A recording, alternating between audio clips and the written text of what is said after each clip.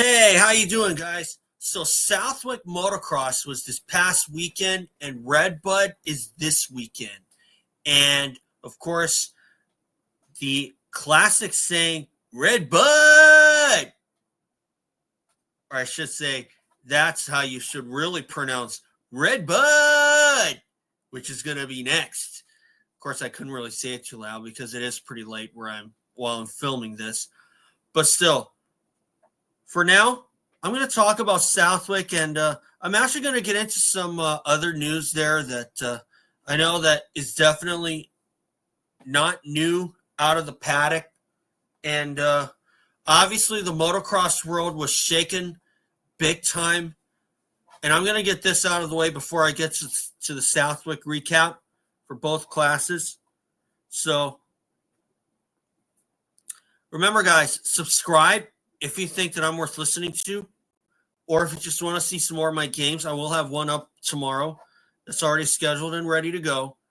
But for now, I'm going to be talking about Southwick and some other news. So let's get into this. So before I start with Southwick, I have to address this. Aiden Zingg, 2009 to 2025. Now, as most of you know out there, Aiden Zingg was a fast, up-and-coming amateur racer, and he passed away at Mammoth Mountain at only 16 years old. I never met the kid, but obviously we're never going to know how good he really will turn out to be because he passed away. And I want to send my condolences to the Zingg family. Like I said, I never met that kid, but if you can make it into the pros, pretty soon that's going to be a very significant accomplishment when you consider today's talent pool. And not just in the 450 class, but the 250 class as well. And like I said earlier, we won't know how good Aiden Zingg would have been, but I guarantee you one thing. We would very well have seen him in the winner's circle one year. But unfortunately, that's never going to happen. And I'll tell you this. This is one of the most ugliest things about this sport that you hope never rears its ugly head. But unfortunately, at times it will. And it's not just death, too. I mean, you think about this. While this is that ugly side of motocross, like I said, this sport that we love so much can really be the end of you or lead you to stardom.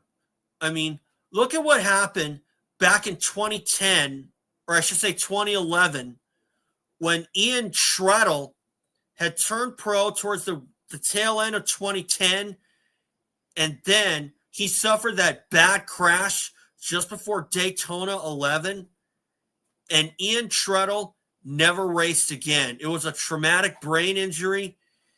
And I remember reading that he and his family were not willing to take that chance because any further injury to that could have been very fatal.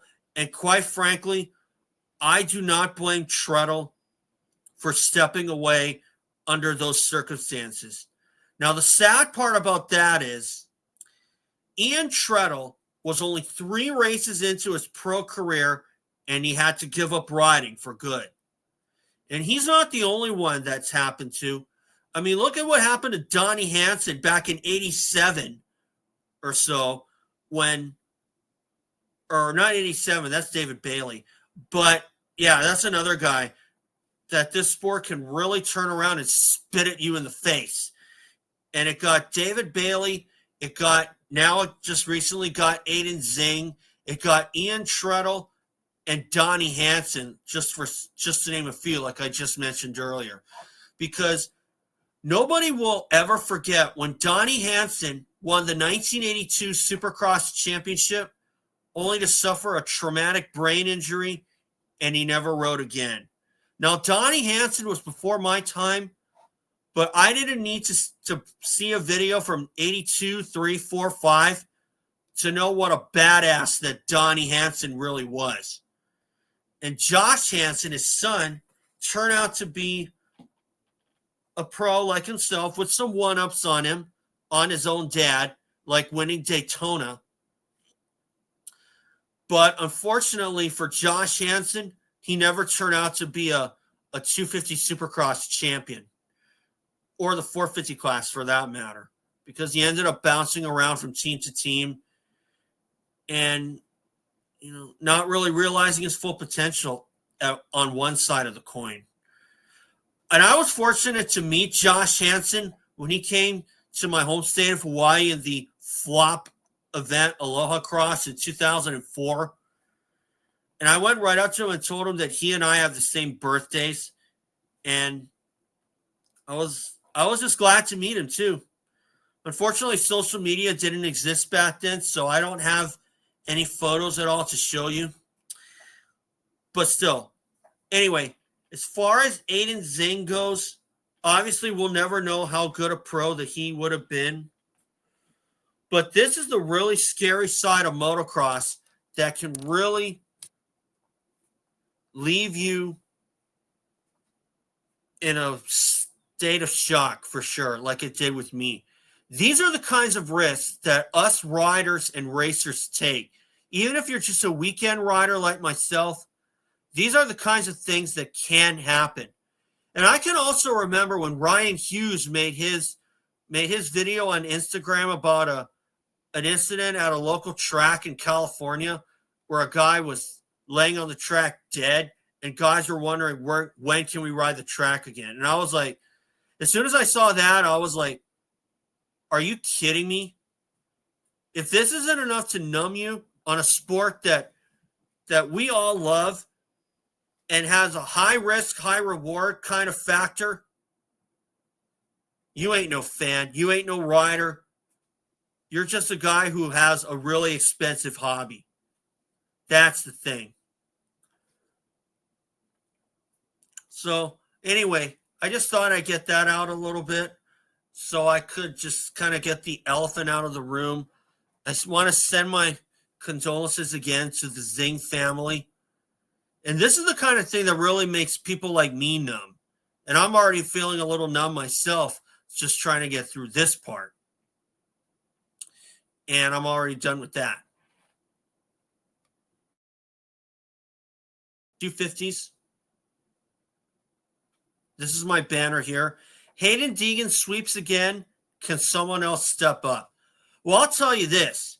Haiden Deegan turned out to make both motos a couple of snooze fests, like Jett Lawrence in the 450 class. And it's now come to under my own viewpoint, Haiden Deegan, the way that he's riding, he's not crashing as much as he was last year. And he was very lucky last year because all those crashes that he had, that could have added up to an enormous amount of points lost to his competitors. And if he had won that title, he would have won it by the skin of his teeth or lost it by a bunch. But Haiden Deegan is riding a lot more composed, and he's riding a lot more in control.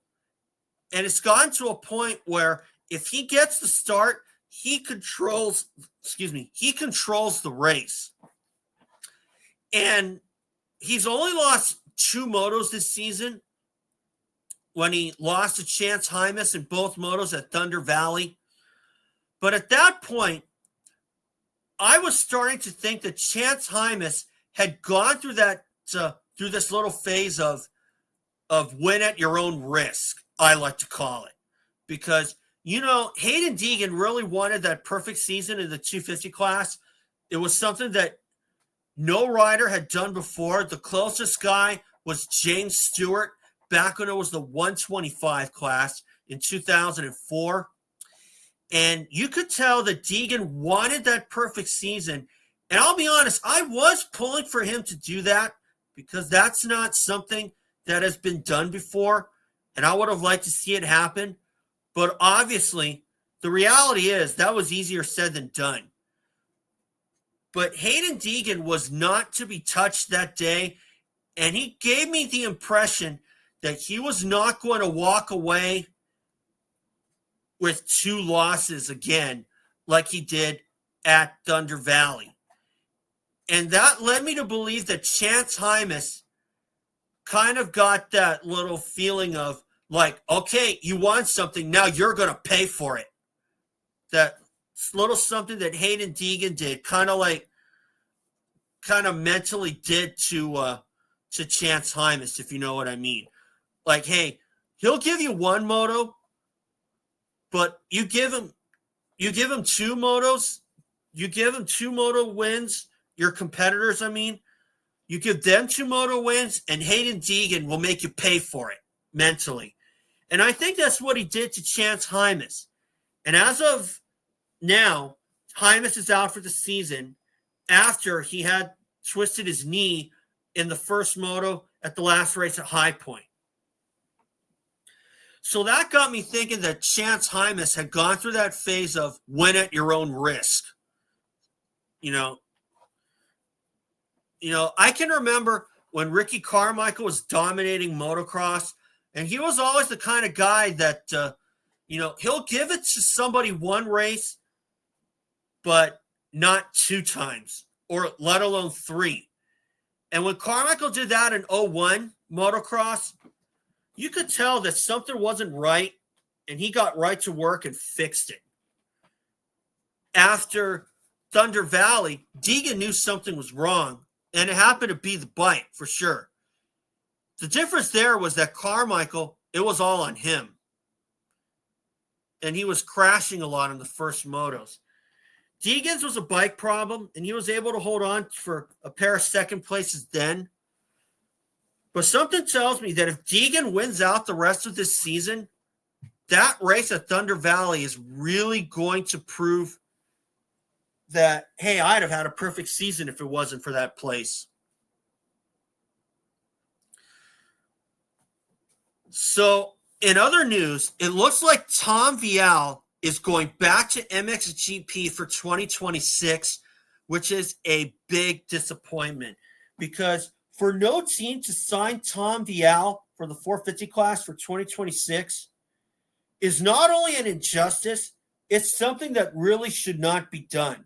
But don't tell that to Christophe Pourcel, because Christophe Pourcel, when he won 2 titles in the 250s in 2009 and 2010, he kind of killed his own chances at signing for a 450 team, because at that time he demanded so much money that no factory team would even sign him. But Tom Vial's case is much, much different. If Tom decides to return to the States, he could do like a Ben Townley kind of thing and come back when there's some rides available. And I really hope that Honda or any other team does not kind of turn a blind eye on him, because if he wants to come back to the States, he should be given a legitimate chance. That I'm always a firm believer in a guy being given a chance, because when it comes to like looking for jobs, at least for me anyway, I deserve that chance. And I think everybody else out there who's looking for something in their desired field, they deserve a chance. And instead they end up turning, people like me end up turning to YouTube to really get that chance, which is what I'm doing until I can find something in Hawaii sports. So I have a feeling that Deegan is going to win out the rest of the season. And I don't see anybody that can really reach up and challenge him. And the guys that did last year, like Ty Masterpool and Levi Kitchen, they better be grateful that they got those wins when they did. Because for Deegan to be riding like this year is something we would never have seen last year, him being as steady as he is, I mean. So hopefully somebody will step up and make it a good race. But at this point, a mechanical problem could be the only thing that slows Deegan down. And that's where I'll leave it. And now, here you go. There we go. Jett Lawrence wins again. Jorge Prado, outstanding day. Jett Lawrence made the 450 class a snooze fest once again. And something tells me that if Jett Lawrence can get the kind of rise that he does, guys like Eli Tomac, Justin Cooper, and Cooper Webb are not going to see any wins at all. Jett might give a guy one moto, but he's not going to give him two motos. And if he does, and he still wins, and overall, that's because somebody self-destructed. Or at least just had a bad break being handed their way. So, Jorge Prado, wowee. Give this guy the hard charger award. You know, because I'm sure that was the kind of ride that Kawasaki was really looking for out of Jorge. And I'm in the boat of Prado leading, not Prado leading, but I'm in the boat of Jorge Prado or someone like Jorge Prado just learning the tracks and get the experience that you can underneath him. So hopefully the Prado can possibly win one moto. But I really hope that he uses this as a launching pad because, you know, you always want that chance to prove yourself and to your team that you're worthy. But oftentimes everybody says, oh, well, I didn't get that start and I didn't have a chance to prove it. And that's a legitimate excuse to hide behind, but that can only happen for so long. In Jorge Prado's case, I think he was just learning the tracks and still trying to gel with his Kawasaki because Supercross didn't really exist for him. Because I think after A2, he was out for the season with that shoulder injury. But good on Prado to finally realize his true potential. And I think he can build off of that. And I have to say that I really liked what James Stewart said, that Jorge is George or something like that. And I kind of got a bit of a chuckle out of that. And that's one of the reasons that makes me like James Stewart in the booth 10 times more than Ricky Carmichael. Because James tells it like it is, unlike Carmichael. And anyway, for Jorge Prado to do that on a sand track is both surprising and not surprising in a way. Because foreign guys like Prado are good in the sand. And Chad Rita said that he's good in the sand. And at times his results don't really back it up. You know, just like in the mud.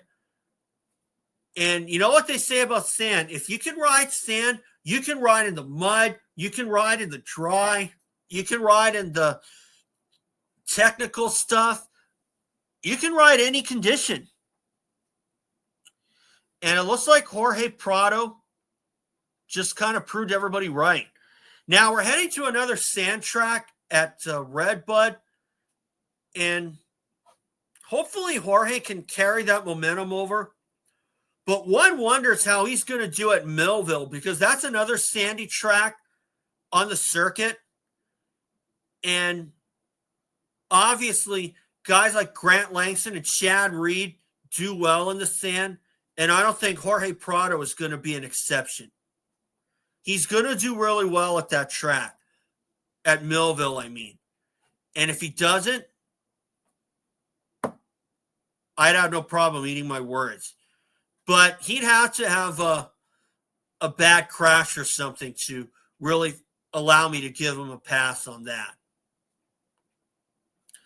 So for Jett Lawrence right now, I have a good feeling that he is going towards his second perfect season because I have not seen that kind of riding with that kind of talent since Jeremy McGrath was at Honda in the mid to late 90s. So for Jeremy, because Jeremy was naturally talented, and Honda really knew that they had picked up a good find in Jett Lawrence back then. And at this point, Honda would be really, really crazy to let guys like Jett and Hunter Lawrence go to another team. Because if they let them go to another team, they're not serious about carrying their success in the years to come. So something tells me that Jett is going to win yet again and win out the rest of the season. If not every moto, every overall. Because Eli Tomac, he laid an egg again on beast mode. Like I said, don't tell me that was beast mode, because obviously Tomac was sick, like Cooksey was saying. But still, for Eli Tomac, I don't think he's going to win one this year. I think he is completely washed up, which gives me more reason to say that he should form his own team if he's willing to spend the money. And if he wants to stay under Yamaha, let him. All they have to do is supply the machinery. And if Tomac wants to do Supercross only, let him. If he wants to do both series, let him. If he wants to do motocross only, let him. Okay? Because odds are, regardless of what season he rides, Eli Tomac is probably going to be at SMX in the playoffs no matter what. I mean, look at Ken Roczen. He's not running motocross anymore because obviously I think the HEP Suzuki team is only interested in Supercross mostly. And I think Ken is for Supercross only because he's trying to extend his career. But even so, Ken Roczen is going to be at SMX unless injury gets him. And same goes if Eli Tomac was Supercross only. And that's where I'll leave it. So anyway, guys, that's all for today. I thought I'd keep it a little short. So thanks, guys. Subscribe, and I'll see you all for Red Bud.